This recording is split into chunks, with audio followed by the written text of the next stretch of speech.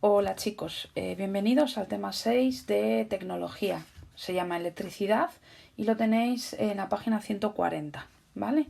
En concreto, hoy vamos a empezar y lo primero que vamos a ver es qué es la electricidad.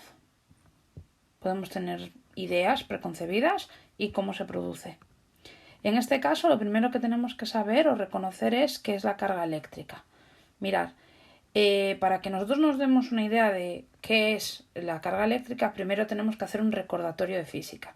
La materia está formada por átomos y estos átomos a su vez dentro tienen una zona que llamábamos núcleo y una zona alrededor que se llamaba corteza. En el núcleo encontrábamos las partículas que llamábamos protones, que eran las que tenían carga positiva, y por otro lado encontramos los neutrones que tienen carga neutra, ¿vale? Ojo, no podemos decir que no tienen carga. La carga que tienen es neutra. Y por otro lado tengo en la corteza los electrones, que son los que tienen carga negativa. Bien, seguimos recordando física. En este caso la materia de forma general se define que es neutra. Es decir, significa que tiene igual cantidad de protones que de electrones.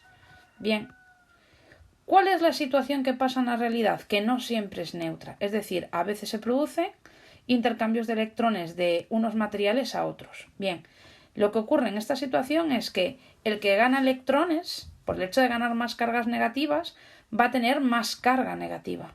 Y el que perdió los electrones, o se los dejó robar, como queráis verlo, se queda con un exceso de carga positiva en el núcleo, porque en la corteza ahora tiene menos electrones. Lo que tengo que pensar también es cómo funcionan las cargas. Es decir, cargas de igual signo, ya sean las dos positivas o las dos negativas, se van a repeler, y cargas de distinto signo, es decir, positivo y negativo, se van a atraer. Entonces, esto es algo que vamos a tener que tener en cuenta a la hora de intentar entender qué es la conductividad. Bien, la conductividad es una propiedad que ya vimos en tecnología, cuando hablamos de las propiedades de los materiales, que se define como la capacidad de permitir que la corriente pase a través de ellos. En este caso, la corriente eléctrica no es más ni menos que el movimiento de electrones de forma ordenada. Entonces vamos a encontrar materiales que van a facilitar el paso de la corriente, que les vamos a llamar materiales conductores, como los metales, y vamos a encontrarnos por otro lado materiales que van a dificultar el paso de la corriente eléctrica, como el plástico. A este tipo de materiales se les van a llamar materiales aislantes. Bien, vamos a estudiar ahora qué es un circuito eléctrico. ¿Vale? Estáis aburridos de ver que tenéis una lamparita al lado de vuestra mesilla de noche, que tenéis un portátil que conectáis a la corriente para que se cargue la batería, que en vuestras habitaciones hay un interruptor, pero vamos a entenderlo desde el punto de vista conjunto. Bien, un circuito eléctrico es un conjunto de elementos que va a estar conectado entre sí, ¿vale? Van a estar conectados por un cable conductor, por el que va a circular la corriente eléctrica y va a producir distintos efectos. Por ejemplo, si yo le doy al interruptor, voy a conseguir que se encienda o se apague la luz, ¿vale? Entonces voy a tener un efecto lumínico. Puedo tener un ventilador en la habitación. Si yo lo enciendo, al pasar la corriente eléctrica a través de él, lo que se van a mover son las aspas del ventilador. Entonces, en este caso, voy a tener un efecto mecánico, se mueven las aspas. Si yo tengo unos altavoces conectados a un equipo de música, por ejemplo, lo que va a ocurrir es que esa corriente eléctrica al entrar en contacto con el circuito propio del equipo de música va a producir un sonido que va a salir a través de los altavoces. En este caso sería un efecto magnético. Bien, vamos a ver qué componentes realmente vamos a poder distinguir de forma general en los circuitos, ¿vale? La foto que tenéis aquí no es más ni menos que la misma foto que tenéis en vuestro libro, ¿vale? Concretamente se corresponde a la foto que tenéis en la página 142. Bien, lo primero que necesitamos en todo circuito eléctrico es un dispositivo que se encargue de producir energía. Entonces, en este caso se llaman generadores. Los generadores más pequeños que podemos encontrar son las pilas, ¿vale? Si yo hablo de coches, por ejemplo, no me vale una pila normal, tengo que utilizar una batería.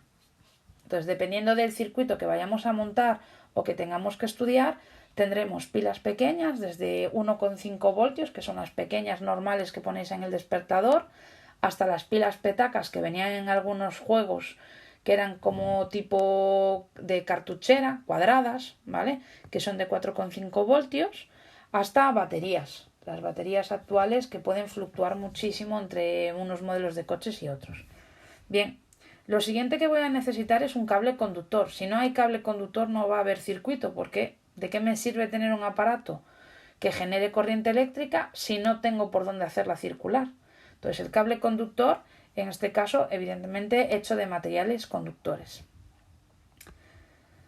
Voy a necesitar elementos de protección, ¿vale? Cuando nosotros hablamos de una instalación eléctrica, como la que tenéis en casa, sí que tenéis elementos de protección. Si yo os mando montar un circuito básico en un taller de tecnología, no, en principio no nos plantearíamos colocar este dispositivo, ¿vale? Los elementos de protección son aquellos que nos van a proteger en el caso de que el circuito esté funcionando mal. Sería el caso pues del diferencial que tenéis generalmente detrás de la puerta de vuestra casa, ¿vale? Que cuando hay una sobrecarga o hay algún dispositivo eléctrico que no funciona correctamente, se baja, ¿vale? Se va la luz dentro de vuestra vivienda. Lo único que tenéis que hacer es ir a donde está ese cuadro principal y levantar los bornes, ¿vale? Del diferencial que se haya bajado. También podemos tener fusibles, que también lo veremos más adelante, pero se queman estos fusibles antes de que se estropee todo el circuito entero. Luego tenemos lo que se llaman los receptores, que son aquellos dispositivos que se van a encargar de recibir la corriente eléctrica y transformarla en otro tipo de energía. Por ejemplo, en el caso de las bombillas lo transforman en energía lumínica, en el caso de los motores lo van a conseguir convertir pues en energía mecánica o en energía térmica, ¿vale? Y por otro lado tengo lo que se llaman los elementos de maniobra, que son los que van a controlar cuándo el circuito va a funcionar o cuándo no. Es decir, son los encargados de abrir o cerrar el circuito. En este caso, el más común para vosotros es el interruptor. En función de cómo yo le dé a ese interruptor, se enciende o se apaga.